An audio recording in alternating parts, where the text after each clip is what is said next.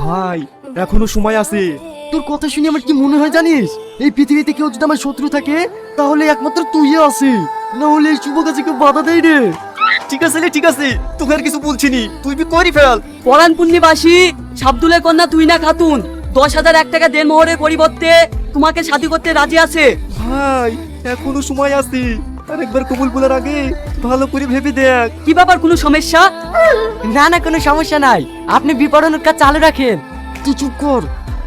আরেকবার বলো বাপ, কবুল। কবুল। ভালো ভালো বিয়ের কাজ সম্পূর্ণ হলো, এবার আপনারা হাত তুলে দোয়াটা করে দেন। হ্যাঁ একটু ভালো করে দোয়াটা করে দিয়েন, যেন বোরা জব থেকে একটু বাঁচে। এই, এতগুলো মানুষের সামনে কি বলছি রে?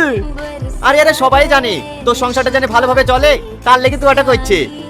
লে লে ভালো করে তো সেই দোয়াটা করিলে, এইবার তুই হাড়ে হাড়ে টের পাবি কি জিনিস।